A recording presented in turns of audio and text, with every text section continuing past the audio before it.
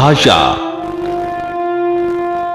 ये जोड़ती है संस्कृतियों को, देश को, सभ्यताओं, युगों को। कभी बनती है श्रुत ज्ञान तो कभी पत्थरों पर छोड़ जाती है इतिहास। इतिहास भाषा का।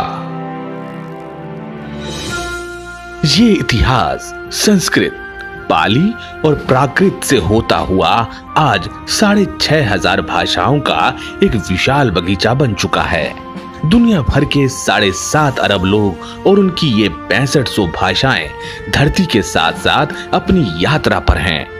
भाषाई यात्रा के इस पड़ाव में हम कई भाषाओं से परिचित हुए, लेकिन फिर वो भाषा जो हमने माँ की गोद में सीखी, अपनों की उंगली पकड़कर सीखी, अपने साथियों संग खेल खेल में सीखी, वो हमारे डीएनए का हिस्सा बन जाती है। और जैसे ही हम फिर से उस माहौल में आते हैं, वही भाषा हमारी अभिव्यक्ति का साधन बन जाती है।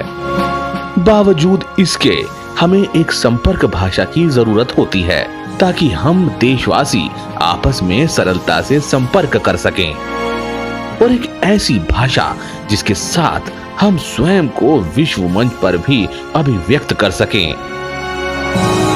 आजादी से पहले भी ये कोशिशें की गई कि एक राष्ट्र बनने के लिए हमें राष्ट्रीय स्तर पर एक संपर्क भाषा की जरूरत होगी। गांधी से लेकर सरदार भगत सिंह तक सबने इस बात की वकालत की कि इसकी हमें आज ही कोशिश शुरू कर देनी चाहिए, और कोशिशें हुई भी। खास तौर पर पूर्वोत्तर से लेकर सुदूर दक्षिण भारत तक हिंदी प्रचारिणी सभाओं का गठन भी हुआ।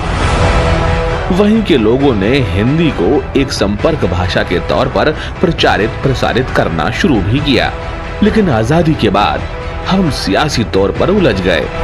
आसेतु हिमालय एक मजबूत राष्ट्र बनने के बजाय हमने अपने अपने कुएं तलाश लिए और जुड़ने के बजाय एक दूसरे से कटने की भरपूर कोशिश की। परंतु एक उम्मीद बाकी है, उम्मीद युवा पीढ़ी से कि वो अपनी अपनी मातृभाषा के विकास के साथ भारत की ही एक भाषा को पकड़ पूरे देश को जोड़ने, सजाने और संवारने में जुटेगी।